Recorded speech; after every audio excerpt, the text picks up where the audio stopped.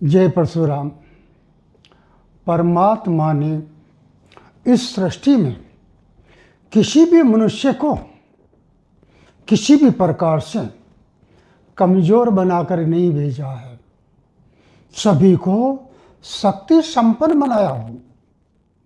किसी भी मनुष्य के साथ में किसी भी प्रकार का भेदभाव न करते हुए परमात्मा ने अपनी पूर्ण शक्ति उसे दी है, प्रदान की है।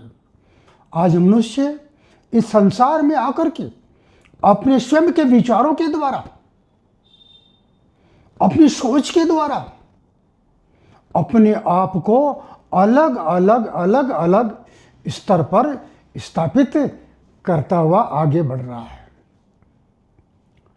इस सृष्टि में आपका एक लक्ष्य है, आपका जो गोल है, आपका जो ध्येय है, उस ध्येय के मार्ग पर चलते हुए जब आप आगे बढ़ते हैं तो अनेक प्रकार के लोग आपको मिलेंगे। सब कोई क्या कहेगा, कोई क्या कहेगा, अनेक प्रकार की बातें आपको सुनने को मिलेगी। परिणाम स्वरूप ये होगा कि आपके मन के अंदर में अपने लक्ष्य के प्रति विचार जो है डामाडोल होते जाएंगे, अस्थिर होते जाएंगे, आपके अंदर में नकारात्मकता आती जाएगी। यथार्थ यह है, इस सृष्टि में आप सर्वशक्तिमान परब्रह्म परमात्मा की सर्वश्रेष्ठ रचना, और इस ब्रह्मांड में किसी भी वस्तु को प्राप्त करना असंभव नहीं है। यह असंभव शब्द इस संसार में कायर लोगों के द्वारा गढ़ा हुआ एक शब्द है, जो मानस पटल पे स्थापित होकर के मनुष्य को कमजोर करता है। यथार्थ में मनुष्य कहीं कमजोर नहीं है, वो सर्वशक्ति संपन्न है और वो अपने लक्ष्य के ऊपर में सहज में ही विजय प्राप्त कर सकता है।